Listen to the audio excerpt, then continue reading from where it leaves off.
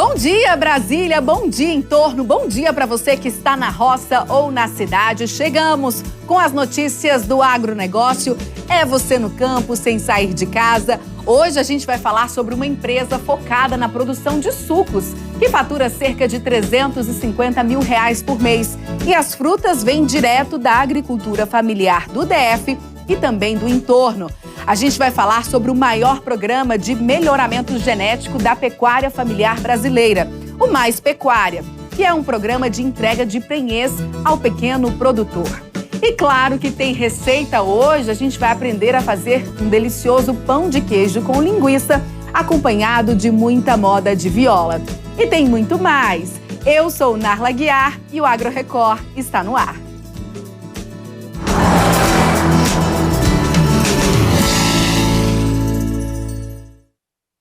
A gente vai mostrar agora a história de uma empresa aqui do DF que fatura cerca de R$350 mil por mês vendendo sucos. Mas não são aqueles sucos simples não, viu, que a gente encontra em todo lugar. A Gabi Faria vai mostrar tudo pra gente agora.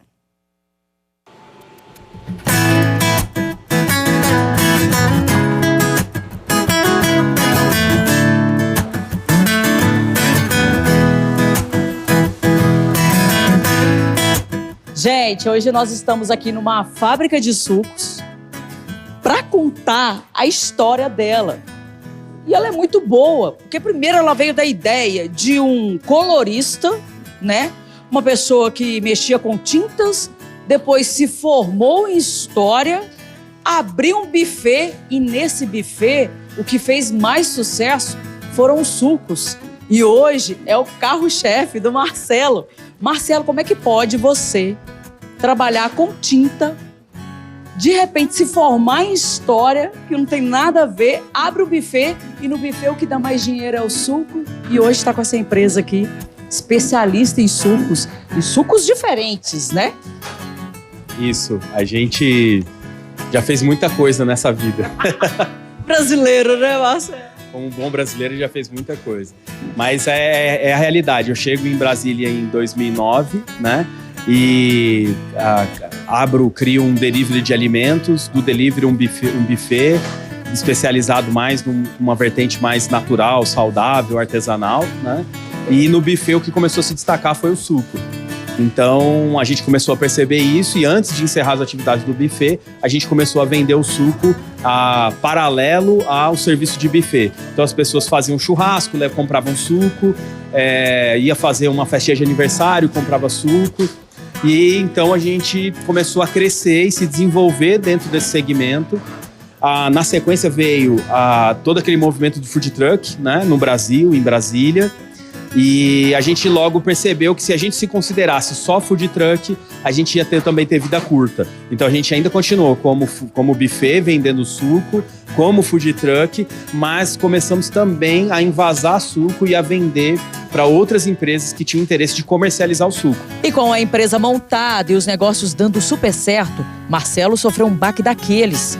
Em 2020, com o auge da pandemia no Brasil, 98% dos clientes foram embora e quase que a indústria fecha as portas. Todos os estudos que a gente tinha feito, inclusive em parceria com o Sebrae, né? O Sebrae ajudou muito nesse momento, de que a gente deveria fechar. Então a gente, falando de forma bem objetiva, reuniu toda a equipe e falou assim, olha, a gente deixa esse touro atropelar a gente ou a gente vai agarrar esse touro pelo chifre, né?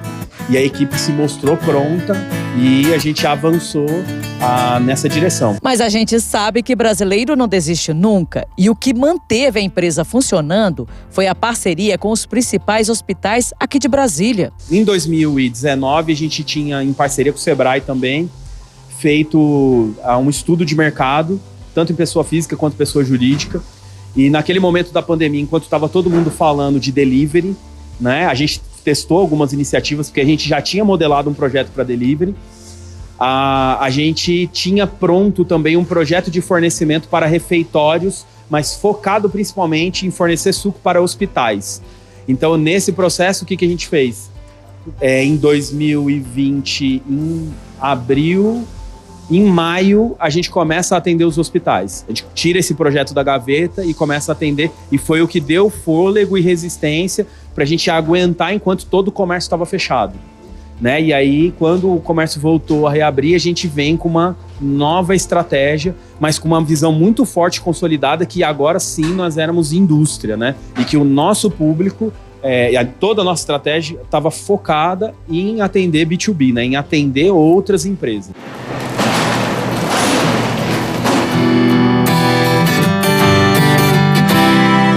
E hoje, pós-pandemia, vamos dizer assim, o negócio do Marcelo triplicou. O faturamento chega à casa dos R$350 mil por mês. Já são mais de 200 pontos de venda no Distrito Federal. As frutas que chegam na indústria vêm direto da agricultura familiar do DF e em torno. São cerca de 30 fornecedores diretos. Cerca de 50 toneladas de frutas processadas por mês.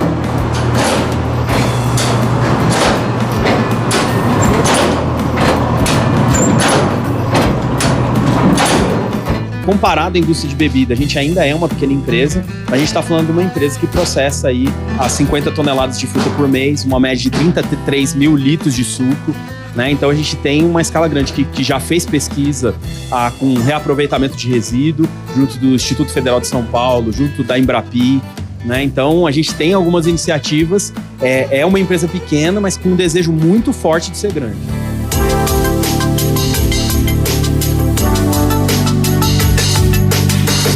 E elas passam por todo o processo de produção até chegar nessas garrafinhas de 300 ml.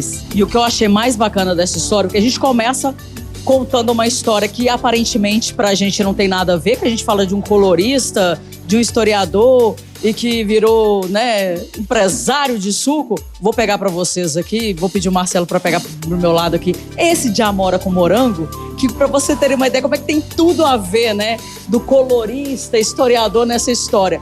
Primeiro que quando a gente olha pra essa garrafinha aqui, a gente já pira na cor desse suco, né? Isso tem tudo a ver com aquela sua história lá atrás de mexer com tinta, né? Isso. Na realidade, assim, é até engraçado porque quando a gente conversa com o nutricionista, ele fala assim, porque esse tem tal vitamina, porque isso a fibra, porque ajuda, ou esse é um suco detox, esse ajuda na imunidade. Então, num primeiro momento, a gente tem essa preocupação sim, mas ela é secundária, né? Porque num primeiro momento, a preocupação é que você tem um suco refrescante, mas principalmente bonito. A gente acredita muito que, principalmente na época do buffet, a adesão maior era de famílias com crianças pequenas. Então, qual que era o desafio? De que aquele menino ia estar na festinha e que ele ia lá beber o suco. Então a gente precisava ter um suco vermelho bonito, um suco com rosa bonito, até os sucos que eram verdes, ter sucos com uma apresentação. Eu não podia ter aquele suco turvo, esmaecido, amarronzado, né? Então a gente vai fazer um trabalho muito forte nessa direção de que todo produto tenha uma apresentação, tenha uma cor vibrante. Eu já experimentei esse daqui, que é maravilhoso, de amora com morango. Já experimentei o de graviola com coco, mas eu quero experimentar um amarelinho. Você deixou guardadinho pra mim ali, que é o cajá com maracujá, porque tem tudo a ver o nomezinho de sucupira, porque primeiro que tu já olha assim, como é que o Felipe falou? O Felipe é um dos sócios, que você olha assim, você já pira na cor. É verdade, então a gente tem essa coisa, tem essa brincadeira, esse trocadilho com o nome, né, do sucupira, mas uma das coisas que o nome nasce, né, da ideia da árvore, da semente da sucupira, né? Então, a ideia de ser natural e tal. Então, um amigo, numa situação que falou assim, cara, por que não chamar? Porque da época do buffet, a gente não tinha um nome pro produto, né? O buffet tinha outro nome.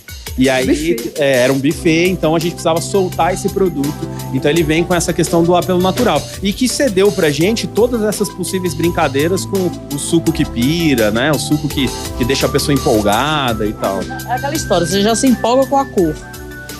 Aí tem que dar aquela cheiradinha, porque... Nossa Senhora, cajá tem o cheirinho dele, né? Aí na hora que você toma... Aí tu pira. Porque, gente, é muito bom, sério. Essa combinação de sabores que vocês fazem aqui é muito interessante. Esse cajá com maracujá, meu Deus do céu, o que é isso? Então, e aí na sequência, então tem essa questão assim, das características de cada fruta, né? Mas também da disponibilidade da fruta, porque é um outro ponto forte nosso. A gente precisa, quando você fala indústria, a gente precisa garantir matéria-prima. E esse é uma preocupação para todo mundo que produz em larga escala, né? Eu vou ter matéria-prima para ter produto na ponta, porque senão, se eu vender o dobro do que eu vendo hoje, eu tenho fruta? É uma pergunta que a gente se faz. Então, como a gente garante isso? Fazendo um relacionamento, né? Um dos caminhos é fazendo um relacionamento com diversos produtores pequenos que entregam microlotes de fruta constantemente. Uma vez que a gente fez parceria, os menores produtores, eles não precisam nem consultar a gente se ele vai vender, se ele pode trazer ou não. Ele simplesmente traz e a nossa equipe dá entrada, porque a gente simplificou todo o processo de negociação. Então a gente faz todo um trabalho de rastreabilidade, né? Então, se vocês devem ter passado aqui na produção, vocês viram lá as tags com código de barra. Aquele código de barra vai dizer quem foi o produtor, quando ele entregou, qual que é a condição da fruta, né? Qual que é a quantidade de açúcar da fruta, de acidez da fruta. Então a gente faz essa rastreabilidade para saber qual que é a origem, né, dela e poder, tanto por segurança sanitária, saber da onde veio essa fruta, né? Mas como também qual é a qualidade dessa fruta e a gente conseguir ter o controle disso. Conseguir fazer um produto sem conservante. Sem corante, que é um ponto alto nosso, ter um produto de produção local, sem corante, sem conservante. E tem mais, a empresa do Marcelo tem toda essa pegada sustentável. O resíduo produzido aqui, a gente está falando das cascas das frutas, viram compostagem. A fábrica tem uma parceria com uma empresa de compostagem. Famílias que moram em assentamentos foram treinadas para produzir adubo sólido e líquido.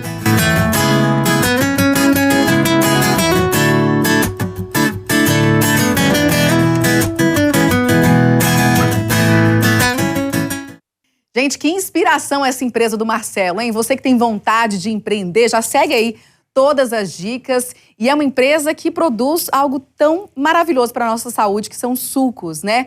E de frutas que vêm da agricultura familiar aqui do nosso Distrito Federal. Não tinha como ser melhor. A Companhia Nacional de Abastecimento, a Conab, divulgou o levantamento da safra 2022/2023 e a Érica Blaine conta pra gente como é que anda essa expectativa. E a gente confere agora.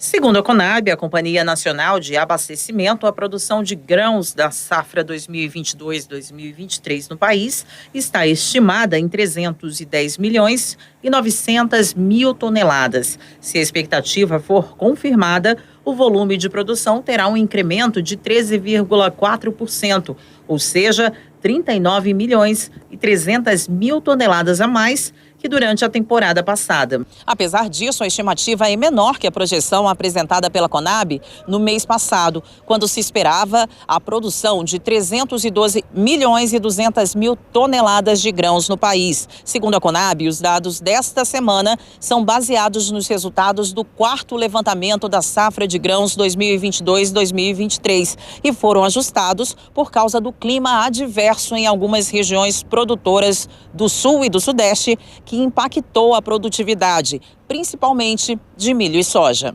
Esse valor ainda poderia ter sido maior se o Brasil não estivesse sob a influência do fenômeno La Niña. O fenômeno La Niña tem provocado uma restrição hídrica, principalmente no Rio Grande do Sul, onde a gente tem observado restrições hídricas em momentos críticos na produção de milho e soja. Ainda segundo a Conab, no caso da soja, que é o principal produto cultivado no país e o período de plantio está próximo do fim, a expectativa de produção está em 152.700.000 toneladas, que é 22,2% superior à da safra 2021-2022. E a produção hidropônica vem crescendo aqui no DF. A prática que usa um esquema diferente do plantio convencional faz o melhoramento de nutrientes e diminui o tempo de produção. E a gente vai ver agora na reportagem de Carolina Rabelo. Na Parada do Agro Record, hoje nós vamos contar um pouquinho da história do produtor rural Leandro e a história dele com as hortaliças. Em uma área com pouco mais de 1 hectare, ele produz uma média de 9 espécies de folhagens. O Leandro está aqui com a gente. Leandro, me conta como que você entrou nesse mundo das folhagens e da produção rural também.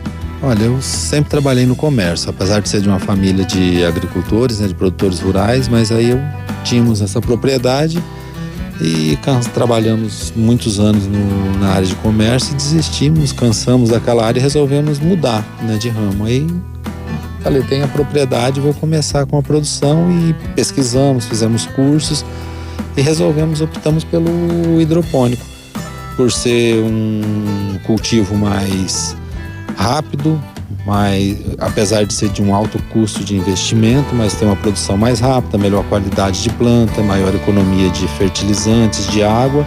Aí optamos por esse meio, né? Aí você tem todas as dificuldades iniciais, como comercializar o produto, mas foi etapas que nós fomos vencendo e hoje, graças a Deus, comercializamos tudo e temos crescido a cada ano. E há 8 anos ele aderiu a um sistema de cultivo não tão comum, o hidropônico.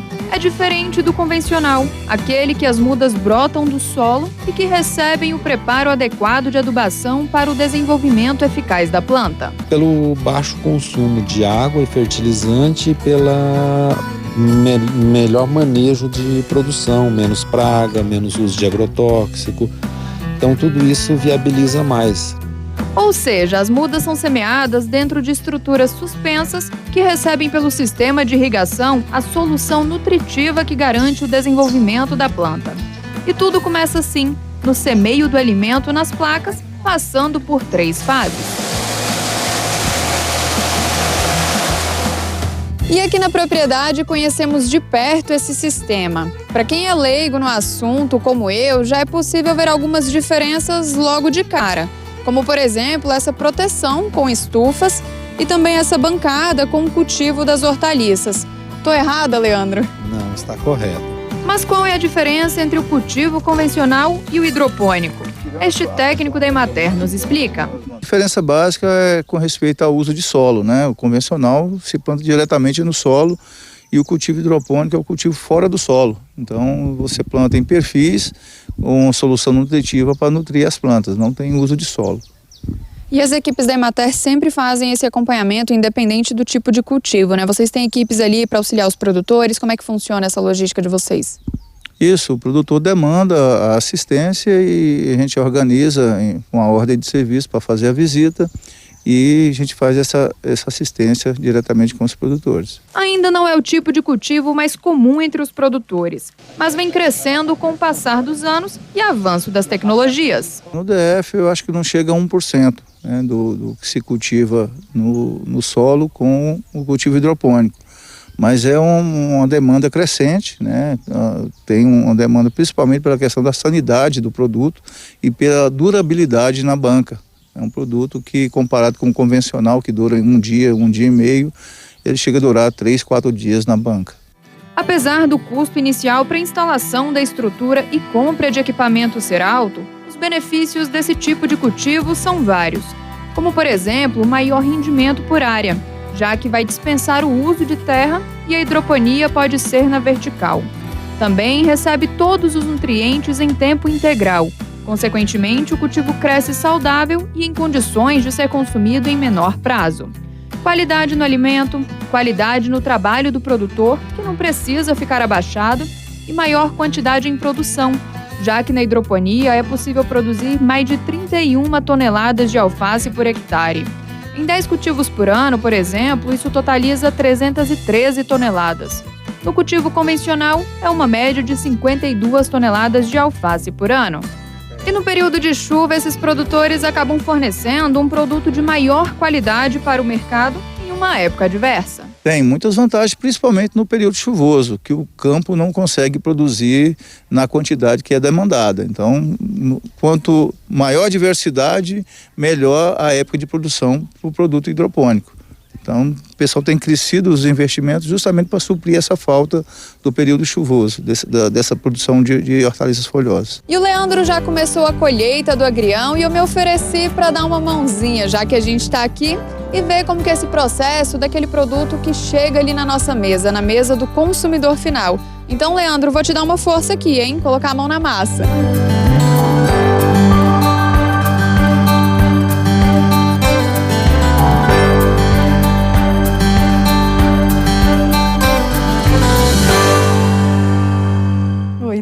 delícia, tudo fresquinho, hein?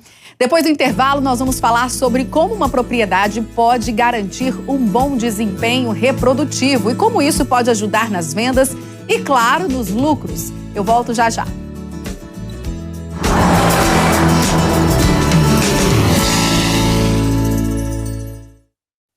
Estamos de volta. Uma propriedade com bom desempenho reprodutivo consegue produzir mais, vender mais e gerar mais lucro.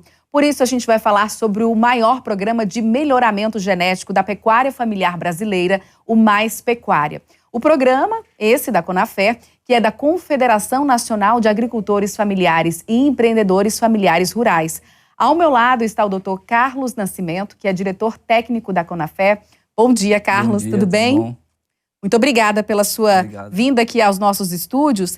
Eu já queria pedir para você explicar um pouquinho sobre o Mais Pecuária. O que é esse programa? É um programa de entrega de prenhez, né? Para o pequeno produtor. Você pode explicar para a gente o que é prenhez e como funciona esse programa? Primeiramente, queria agradecer a oportunidade. O programa Mais Pecuária Brasil é o maior programa de difusão de material genético para a agricultura familiar. Por muito tempo, essa biotecnologia ficou na mão de poucos. E hoje, através do programa Mais Pecuária Brasil, a Confederação acredita que essa biotecnologia tem que ser difundida para todos, né? Então, um programa onde a Confederação ela vai entrar com todos os insumos, né, com recursos próprios, desde o sêmen até os protocolos hormonais, né? Nós temos uma parceria com a Alta Genética, que é a maior empresa de biotecnologia animal do Brasil, uma das maiores do mundo. E, através disso, a gente leva esse melhoramento genético através de touros superiores geneticamente para propriedades agrofamiliar, né? E a prenhez, para quem não entende, não é só o sêmen. Não. Então, o projeto, a gente engloba toda a parte dessa biotecnologia. Desde a parte de qualificação de mão de obra até, efetivamente, a inseminação. Então, a gente vai usar nesse projeto uma biotecnologia chamada IATF, que é Inseminação Artificial em Tempo Fixo, né? Então, a gente vai na propriedade, faz um levantamento juntamente com as prefeituras, que a gente assina um acordo de cooperação técnica, e a partir daí a gente começa um trabalho. Apesar de ser um programa de melhoramento genético, eu falo que é um programa multidisciplinar, né? Que a gente leva um pacote tecnológico, a gente vai falar de nutrição, de sanidade, né? De manejo, e a partir daí a gente começa um trabalho dentro dessa propriedade. O projeto tem uma duração de até 4 anos. Então, é um projeto que a gente vai fazendo gradativamente, quebrando alguns paradigmas, né? Então, a gente vai fazer a inseminação, né?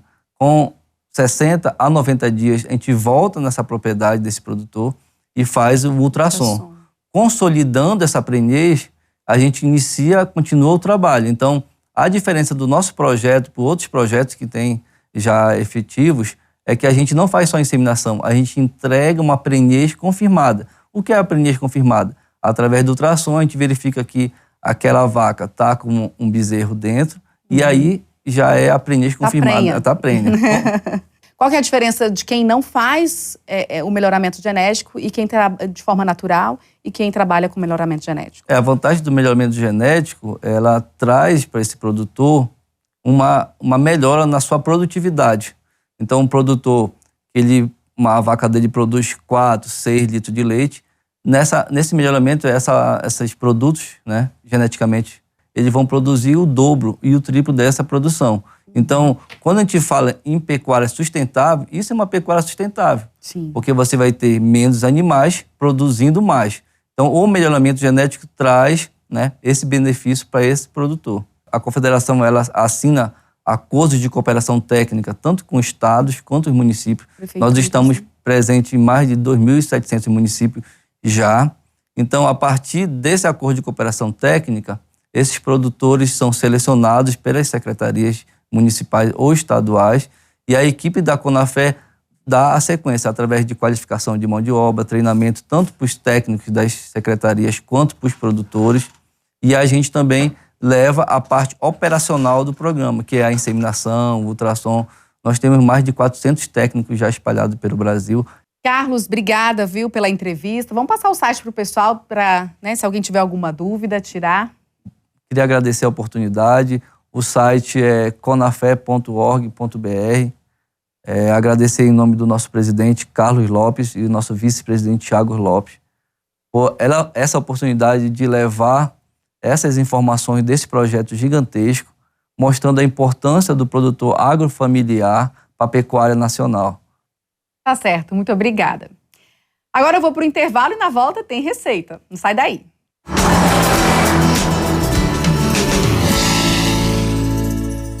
Estamos de volta e já vamos conversar agora com o pesquisador da Embrapa Cerrados, o Fábio Faleiro. A gente vai falar sobre o programa de melhoramento genético dos maracujás da Embrapa. Muito bom dia, Fábio. Bom dia. Bom dia. Eu acho que a primeira coisa que é bom a gente explicar para o pessoal de casa, qual que é o objetivo do melhoramento genético, né? Explica para a gente, por favor, e muito obrigada pela entrevista. Eu que agradeço a oportunidade. O melhoramento genético, o objetivo principal é desenvolver variedades, cultivares com maior produtividade, no caso de frutas, né, com melhores características físicas e químicas dos frutos, com maior resistência a pragas e doenças, ou seja, desenvolver variedades melhores para os produtores. E aqui no DF a gente já tem cultivar de maracujá disponível aí para os produtores? Temos sim. Por exemplo, cultivares de maracujá azedo, ou maracujá comum, o BRS Gigante Amarelo, o BRS Sol do Cerrado, BRS Rubi do Cerrado. Né? Para você ter uma ideia, a produtividade anual de maracujá comum no Brasil é em torno de 14 toneladas por hectare. Se o produtor utilizar semente geneticamente melhorada, né, por meio do melhoramento genético, ele pode atingir facilmente mais de 50 toneladas por hectare. E dentro de estufa, mais de 100 toneladas por hectare. Então, essas cultivares geneticamente melhoradas, o produtor consegue uma melhor rentabilidade da sua produção. Pois é, Fábio, além do maracujá comum, a gente sabe que existem outros tipos de maracujá, como você falou, né, disponíveis aí para os produtores. Eu já presenciei, inclusive, maracujá doce, muito doce. É uma cultivar, então, específica para esse tipo de público, para quem gosta, por exemplo, do maracujá doce, que é um pouquinho mais caro, mas vai atender o paladar aí de um outro público. Exatamente, o maracujá doce, né, que você comentou, por exemplo, a cultivar a variedade BRS Mel do Cerrado. É uma cultivar também desenvolvida pelo Programa de Melhoramento Genético dos Maracujás da Embrapa. Um maracujá muito saboroso, né, que se come de colher. E, além desse, nós temos outros, por exemplo, os maracujás silvestres. Não sei se você já experimentou, mas o BRS Pérola do Cerrado. É um maracujazinho silvestre muito aromático e, no caso do produtor, é uma planta muito resistente a pragas e doenças. Então, ele se adequa muito bem a sistemas orgânicos de produção e para a agricultura familiar. Temos outros, por exemplo, o BRS Sertão Forte, que é um maracujá silvestre também muito tolerante a estresse hídrico, que se consegue produzir muito bem, por exemplo, no semiárido ou regiões com problemas de déficit hídrico. E além dos maracujás ornamentais, tem algumas variedades de maracujás que têm flores muito bonitas, vermelhas, roxas, né? Então, é um outro nicho também de desenvolvimento de cultivares de maracujás. Por enquanto, Fábio, eu só experimentei o doce e o comum, mas já estou bem curiosa para experimentar esses outros aí que você falou, porque o maracujá realmente é uma delícia, até mesmo o azedinho. Eu gosto até de tomar o suco sem açúcar, viu? Eu gosto de sentir o azedinho mesmo do maracujá. Faço isso com limão e com as outras frutas também. Agora, como é que esses produtores podem buscar o serviço ou podem ter acesso a sementes e mudas?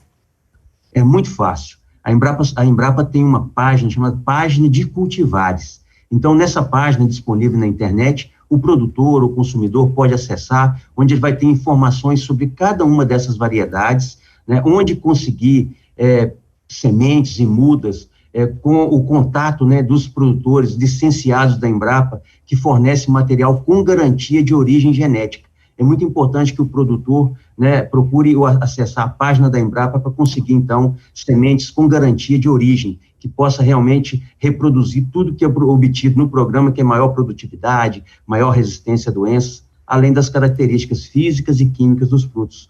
E o site está aí, ó, pessoal, embrapa.br/cerrado. Obrigada, Fábio. Vamos ver, então, como é que fica a previsão do tempo para hoje. A gente vai ver aqui no telão, olha, as informações do Instituto Nacional de Meteorologia. A mínima hoje registrada foi de 18 graus, a máxima vai ser de 27 graus. Tem previsão de chuva para esse domingo, a umidade variando entre 50% e também 95%. O agro brasileiro continua surpreendendo em números. As exportações bateram recorde. Dados do mês de novembro apontam que, pela primeira vez, o volume superou a casa dos 12 bilhões de dólares em negociações com outros países. Carlos Maier está feliz. Ele conseguiu uma boa produção em toda a área plantada de soja nos municípios de Silvânia e Jaraguá. E 2022 também foi bom para negociar a saca de 60 quilos. A safra 21-22 foi uma boa safra. Tivemos boas produtividades, colhemos numa janela interessante que permitiu fazer a safrinha. O preço começou a 150, foi até R$190. A média dos produtores aí está em torno de 170, R$175 de venda. E foi uma safra boa. A produção no campo nunca para e o reflexo do trabalho do agropecuarista é comprovado com o volume de venda para o exterior. O Brasil bateu um recorde em exportações no mês de novembro, 12 bilhões e 65 milhões de dólares. Isso significa um aumento de quase 30%. É o que mostra os dados do Ministério da Agricultura, Pecuária e Abastecimento. O volume exportado de milho subiu para mais de 3 milhões e 700 mil toneladas e de açúcar 1 milhão e 300 mil toneladas. O complexo soja exportou 2 bilhões e 74 milhões de dólares, um crescimento de quase 32%, se comparado com novembro de 2021. Isso mostra que Goiás contribuiu com grandes números para a produção brasileira. Um ano que pode ser considerado bastante desafiador ao segmento produtivo de grãos aqui do estado. Começamos o ano com bons resultados. Goiás teve a melhor produtividade média da soja brasileira entre os principais estados produtores nesse ano de 2022 e tivemos um incremento importante tanto de área plantada na última safra e com essas boas produtividades também um incremento de produção, com Goiás superando pela primeira vez a casa dos 16 milhões de toneladas de soja produzidas. Esse ano, devido às quebras de produção no sul do Brasil e na Argentina, nós também tivemos aqui dentro do estado os picos de preço de soja na nossa história ao longo do primeiro semestre do ano. Depois disso, os preços começaram a cair, o que somado ao forte incremento de custos de produção ao longo desse 2022, trouxe bastante desafios para o início dessa nova safra que está plantada aqui no estado de Goiás. A carne também foi outro produto negociado com o exterior. As exportações bateram recorde no mês de novembro e chegaram a 1 bilhão e 92 bilhões de dólares, uma alta de 47%. A proteína bovina teve o maior volume na exportação, 870 milhões de dólares, aumento de 76%. As vendas de frango atingiram mais de 762 milhões de dólares, crescimento de 29%. A proteína suína também ganhou destaque, com mais de 228 milhões em negociações com o exterior. A nossa carne ela tem ganhado destaque em países do Sudeste Asiático, né? Países que tradicionalmente não tem, melhor dizendo, não tem a tradição de comprar muito do nosso mercado, como a Indonésia, Tailândia, e hoje ela tem adquirido. E a China também, que é o nosso principal comprador de proteína animal. Então a proteína animal ela vem se destacando, sendo um dos principais produtos exportados aí por nosso estado de Goiás. Juntando todos os números, o Brasil vendeu de janeiro a novembro do ano passado 145 milhões e 300 mil toneladas para o exterior. As exportações brasileiras do agronegócio somaram em 11 meses 148 bilhões e 26 milhões de dólares, valor recorde para o período na série histórica desde 1997. E a expectativa é de novos recordes em 2023, principalmente na produção de soja. Mas o início do plantio foi um pouco desafiador. Tivemos novamente um incremento de área plantada aqui no estado, cerca de 3 a 3,5% de área a mais nesse ciclo safra 2022-23. O começo da produção foi um pouco desafiador em função de chuvas que chegaram cedo, mas demoraram para se firmar, demoramos para ter regularidade climática, que só foi observada agora nesse mês de dezembro, mas de forma geral a safra está bem instalada e Goiás novamente tem condições de produzir mais de 16 milhões de toneladas, se consolidando como o quarto maior produtor nacional de grãos. Temos pela frente muitos desafios, especialmente em função dos preços em retração, da alta variabilidade do câmbio aqui em solo brasileiro e também devido a esses custos de produção que subiram exorbitantemente nesse ano de 2022. 2023 agora chega com inúmeros desafios novamente aos produtores goianos, mas de fato eles têm feito um bom trabalho, o setor tem conseguido navegar essas altas de custos e de forma bastante profissional, conseguindo aí entregar bons resultados econômicos e sociais para todos os goianos. A preocupação agora é com relação aos custos de produção. Os custos foram elevados devido ao óleo diesel, aos fertilizantes em decorrência da guerra Ucrânia-Rússia. Então, o produtor está preocupado porque os preços estão parados. Os preços vêm mantendo aí já vários meses na casa de R$160. Muito pouca soja foi comercializada até então. Ninguém fixou preços para receber no próximo fevereiro, março. A gente já se aproxima das colheitas aí. Fevereiro é mês de colheita. Então, realmente é uma safra bem mais complicada do que a safra anterior. Então, o produtor tem que estar atento, fazer contas e ir fechando paulatinamente os seus preços para que possa chegar na colheita e não depender somente daquele momento, né? Porque as contas vencem aí na colheita e fica mais difícil vender. Muita oferta, né? Pouca procura na colheita, tendência de preços na colheita, inclusive, é de cair. Pão de queijo com linguiça, eu adoro. É aquela receita de dar água na boca, viu? E o melhor de tudo, acompanhada de uma moda pra lá de boa. A nossa atração musical de hoje é o Almir Pessoa, um talento de tirar o chapéu.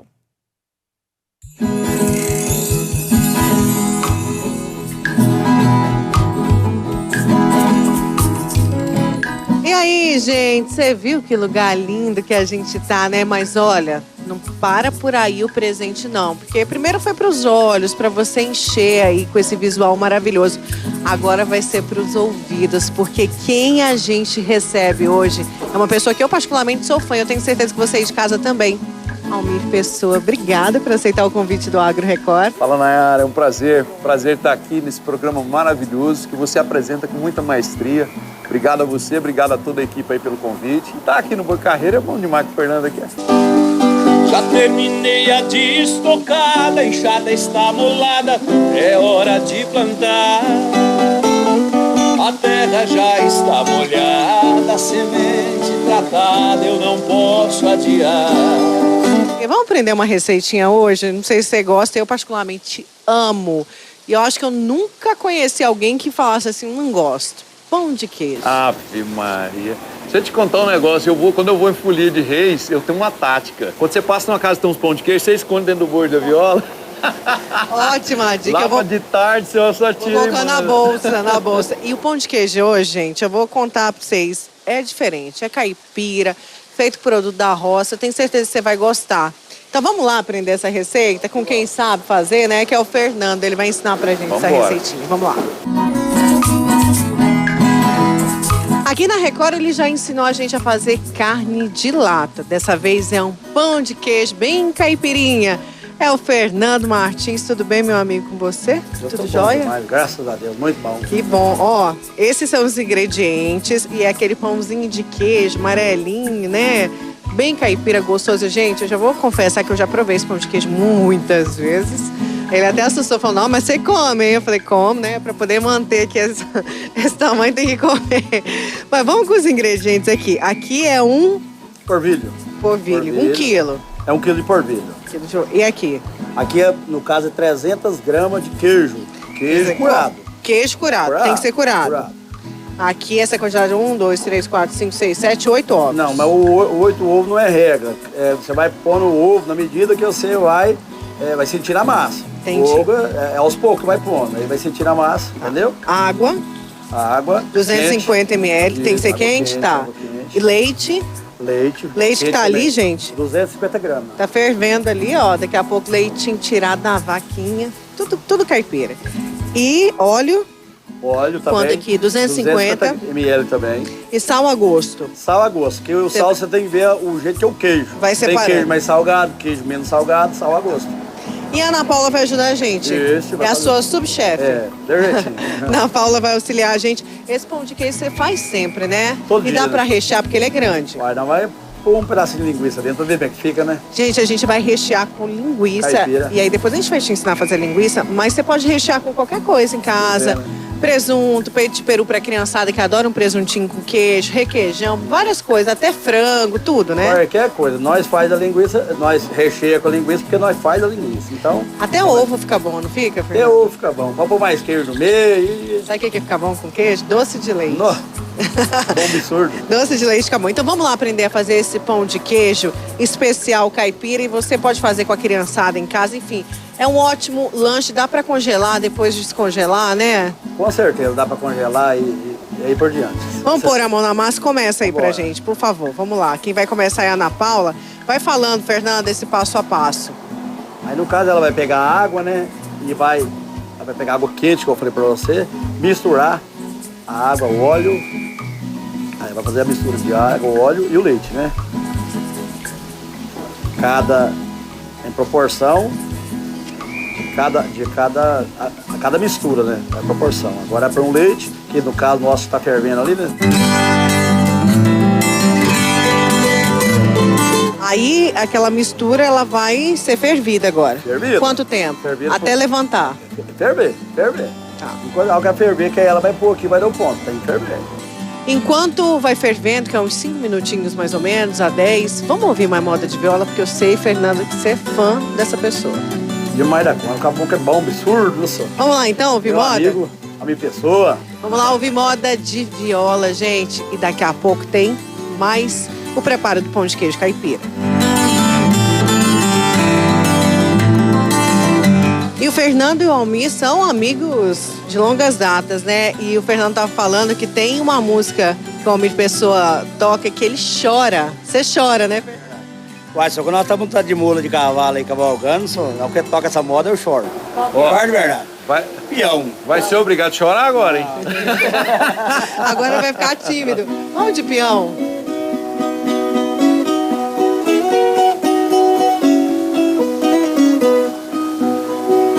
Diga, você me conhece, eu já fui boiadeiro. Conheço essas trilhas, quilômetros, milhas que vêm, que vão pelo alto sertão. Que agora se chama não mais de sertão, mas de terra vendida, civilização. Ventos que arrombam janelas e arrancam porteiras, espora de prata cruzando as fronteiras. Selei meu cavalo, matou lá no faro, andando ligeiro, um abraço apertado, suspiro dobrado. Vamos mesclar aí uma música caipira com uma internacional? Vamos. Eu até contei pra você em off, vou contar um pouquinho. Pra você de casa, prometa pra mim que não vai contar pra ninguém. Grande sucesso dos Beatles se deve, sabe a quem? Tunique Tinuco. Porque os Beatles chegaram aqui no Brasil antes de fazer sucesso e ouviram um negócio aqui, ó. Fizemos a última viagem, foi lá pro sertão de Goiás. Filma minha mão direita aqui fazendo o ritmo dessa música, ó. Fui eu e o Chico Mineiro e o George Harrison, né, o guitarrista dos Beatles, viu essa mão direita aqui e falou, caramba, vou criar um negócio. Aí olha só. When I find myself in times of trouble, Mother Mary comes to me, speaking words of wisdom, Lady B. Vamos lá terminar esse pão de queijo? Vambora. Tá com água na boca? Não, eu já tô com fome aqui, pelo amor de Deus. Se eu ficar tocando viola, o Fernando não me dá nada pra eu comer, cara. Gente, vamos terminar esse pão de queijo, mas claro, para encerrar vai ter mais moda de viola. Vamos lá. A mistura então do óleo, água e leite já ferveu. Agora é misturar no polvilho? É misturar e bater a massa. Nayara, um dos grandes segredos do pão de queijo é bater, viu? É, por quê? É, ele tem que ser bem batido mesmo. Então, às vezes, o pão de queijo do homem fica até melhor que a da mulher, por quê? Porque tem força. Então, e pode bater com força mesmo, não gasta... O segredo é bater bem a massa, misturar bem mesmo. E até chegar ao ponto, aí vai pôr no ovo, vai pôr no ovo, baseado na hora que a der a liga do ponto. Então, o ovo não é muito regra, não, entendeu? A quantidade, né? A quantidade não é muito Agora regra, a Ana Paula vai misturar aqui, que ela tá de luva também. Isso. E o Fernando vai jogando o ovo aí. Ovo caipirinha, né, ovo Fernando? Caipira. Ó.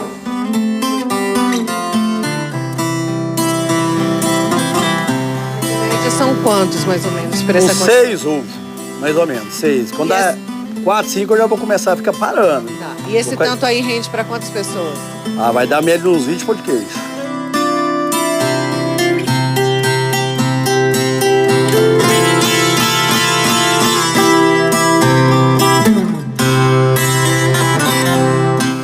Já começou, faz dar o ponto, Nayara. Agora pra frente eu vou esperando, batendo, esperando, pra poder dar certo. Bom, agora. faz uma ginásticazinha também, né? Ixi, isso aí eu vou contar pro seu negócio. Põe o marido, aí ó, dica, amiga. Põe o marido, você tá com raiva dele, põe ele pra amassar o pão de queijo, tá? Porque melhor que fica, eu digo que a mulher tá brava com o marido. Aí chega o pau no pão de queijo. Sua mulher já colocou você pra amassar muito pão de queijo, Fernando? Direto.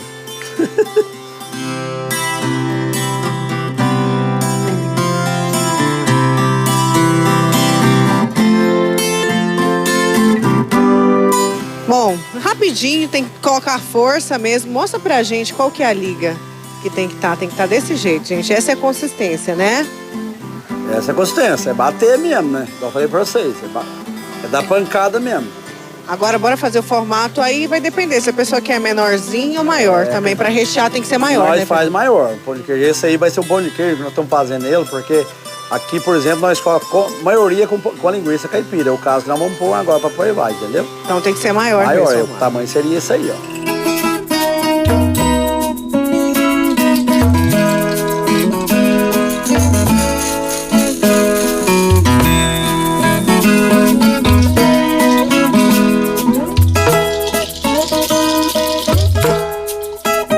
Pãozinho de queijo amarelinha, gente. Pronto. Vontade de pegar tudo, colocar na bolsa e correr, tá brincando? Agora aqui vai ser recheado. O pessoal de casa também pode rechear como quiser, né, Fernando? Como quiser, o que tiver em casa pode pôr, né? Mas nós temos uma linguiça caipira pra poder pôr ele dentro, pra nós rechear ela. Vou cortar. Deixa eu até pegar tá o prato. quente, saiu do forno agora, né, só?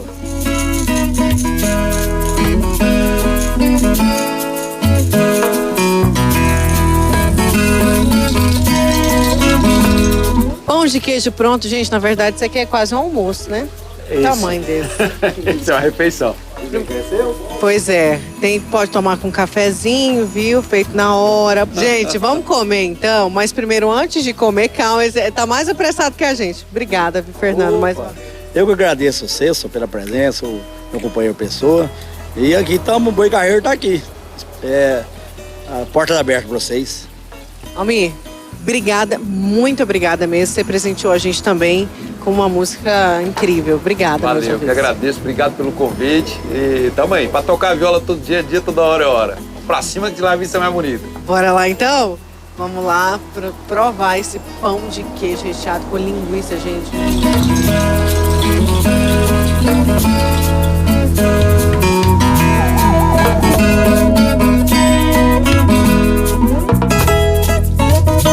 Ó, gente, fica a dica, faz aí, manda foto pra gente, viu?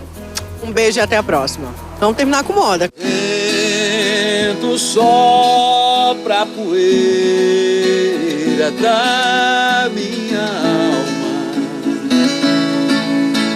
Eu vou conhecer o que existe bem longe daqui. Essa estrada que sigo eu comparo a um destino. É imprevisível e o caminho que me leva não me traz de volta. Pois quando eu chegar não serei mais o mesmo que fui. Pois quando eu chegar não serei mais o mesmo que fui. E é com o talento de Almir Pessoa e com essas imagens desse pão de queijo incrível que o Agro Record vai ficando por aqui. Eu desejo a você um excelente domingo, que seja muito abençoado, que sua semana seja muito produtiva. A gente se vê no próximo domingo às 10 da manhã. Beijo, tchau!